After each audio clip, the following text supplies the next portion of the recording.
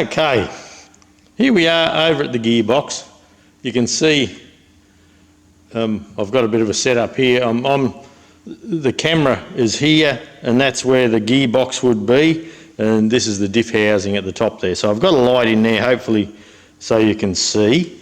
Now I've got the 6 bolts along the back here ready to put in and some Loctite, and we're going to Loctite those bolts in. You'll need a 13/16 socket for there.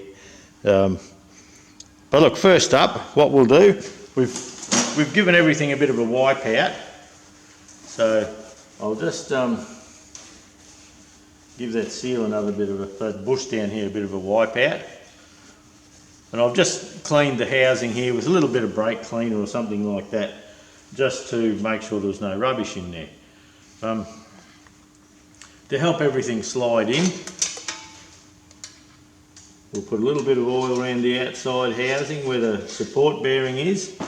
I don't know if my head's coming into the picture or what. I'll try and keep my ugly dial out, but anyway, we'll see how we go with that. Alright, so I've put a bit of oil there. I'm going to zoom in a little bit now.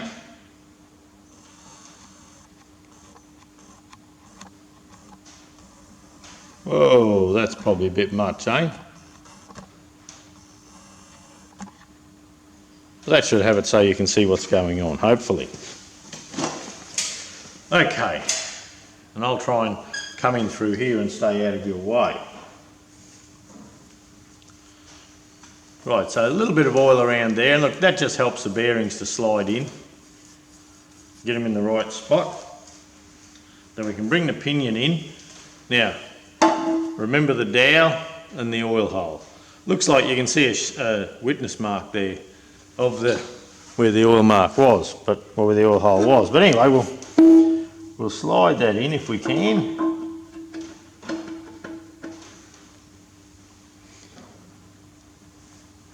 Where's our holes? We need to come around a little bit further.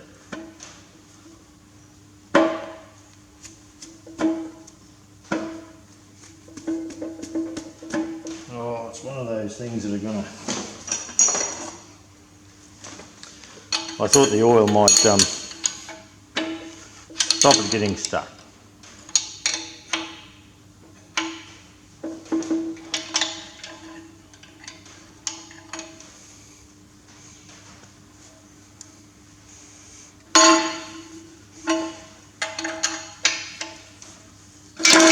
There we go. We're back out again. Now there's a bolt right at the top, so to get the other one at the bottom, we actually need to get this up there as best we can. And look, when you hold your mouth right, that's what happens. So to start with, I'll just pop a bolt in here and one at the bottom. No Loctite at this stage. This is all about just bedding it in, making sure it's sitting where we'd like it to be.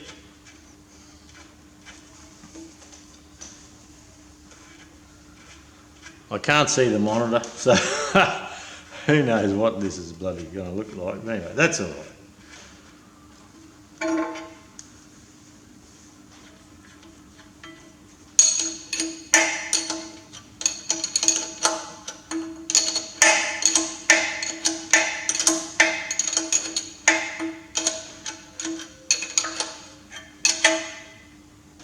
You may be able to see how that went up quite easy, and this one down here with the recess for the head of the bolt, but that's gone in easy too.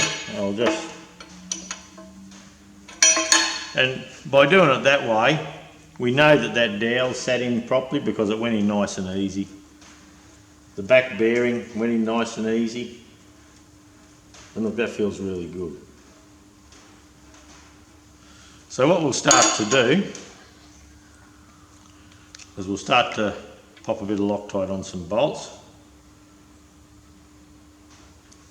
Just a bit of like that little bit there is plenty. And I think I'll start around this bottom end there.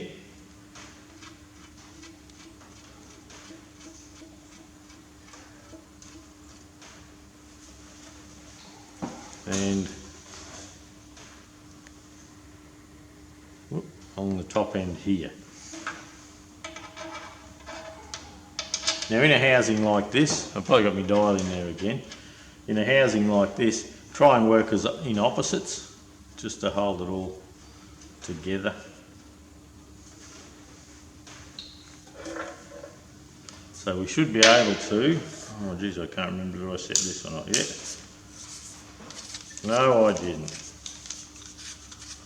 Bloody unorganised some blokes, aren't they?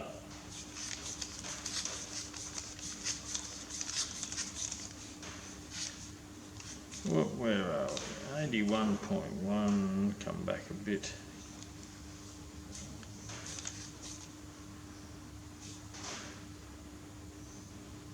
There we are there. So we'll try and hop in down this bottom end here.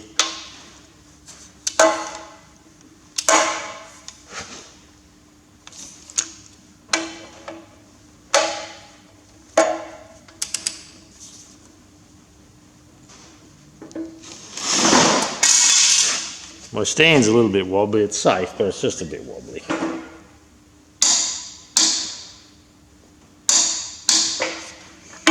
That's okay. Now I'll come around the side here. In the side hole.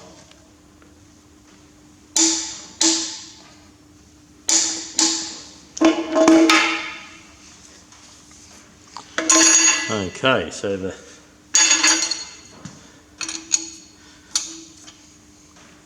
and another way you could do this, and it's I don't know if it's good, but or better or anything like that, but you can work in thirds. Go 1, 2, 3, 1, 2, 3 around. But look, it's just a flat flange. It's not pulling the cylinder head down.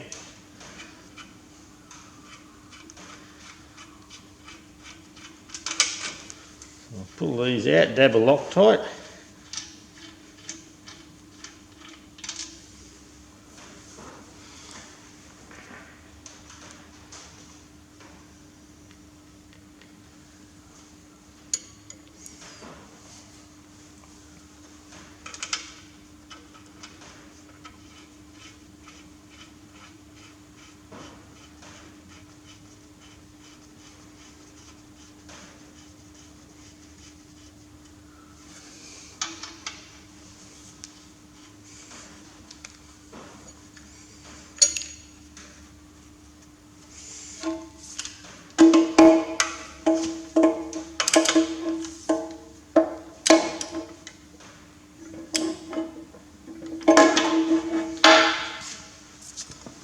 Come around the other side and push down this bottom one.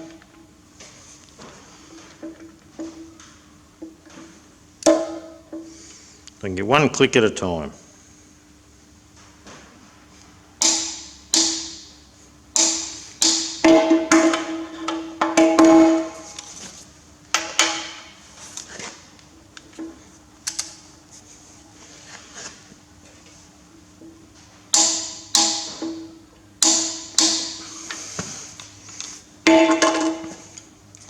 Okay, 2 to go.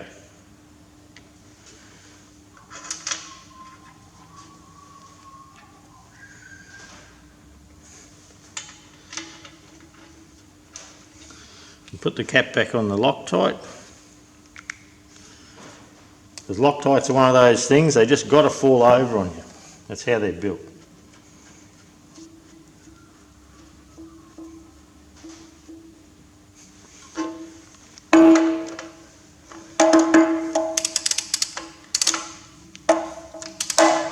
Now if you haven't got a tension wrench, don't be too worried.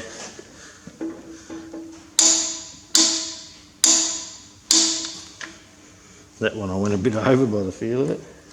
When it clicked I just went a little bit further. And look, it's not important, it's just to make sure that these are tight and they're not going to come loose on you.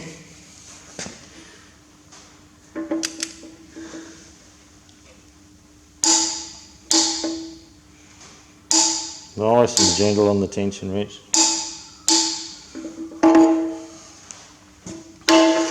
Okay, the pinion is done. That's about all we can do to the pinion at this stage, apart from this gear. Now, they have the boss and a circlip holding this gear on to give you access to these bolts. I'm not sure I used that when I pulled it apart, I can't remember now. So, let's put a little bit of oil on everything.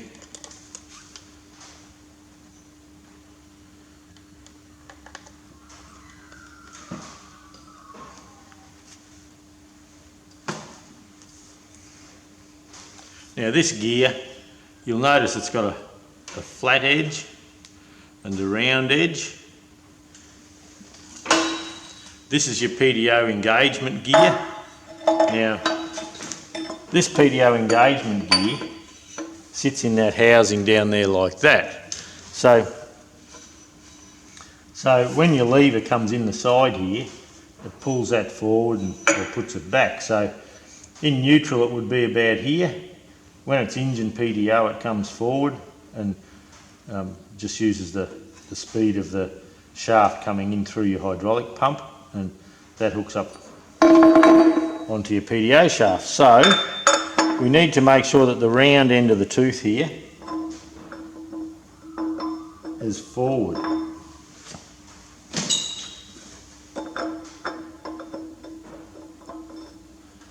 There we go. So that's on there, and now to make sure it's not going to fall off, we have a well, I don't know the correct name for this, a snap ring I suppose, for want of a better word, and we can wind that on and that will hold that gear on.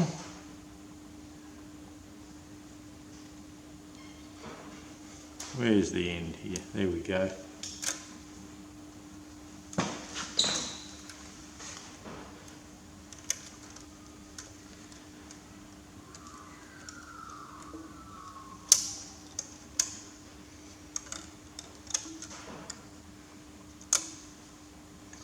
Alright, so as we can make sure that that sits down in as we go.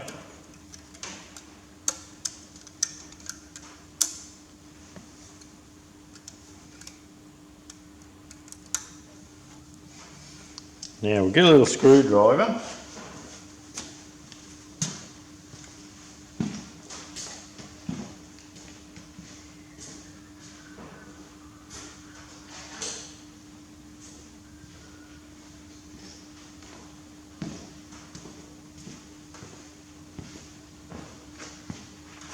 Okay, we'll get a little screwdriver and we'll just give that a twist and make sure that we're right down in the groove there.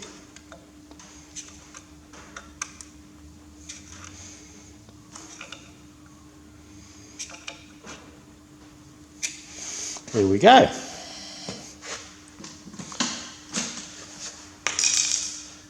Okay, and now it might be easy just to show you this. If we pop that PDO gear in there. Now what I was saying before, when it sits around here, you'll notice on the lever you have, where is the lever? Forward.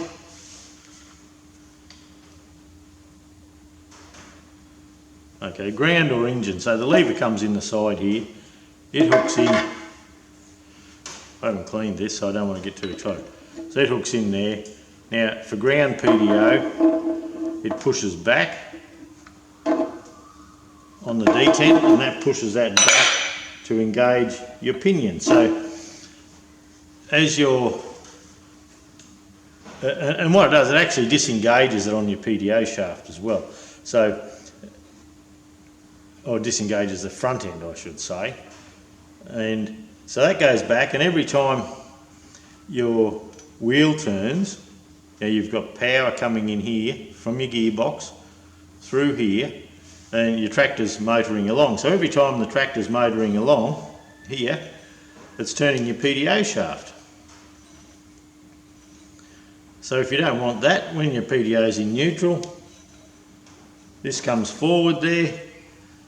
You can drive along, there's no drive to your PDO at all. And then when you want your engine PDO, well, this slides forward. It engages on the back of your hydraulic pump shaft, and you can see the little dogs in there that bring it in. So I think at this stage we can leave that there. No harm done. And that's it. That's my take on adjusting the pinion and fitting it back into the housing on the 135 6-speed.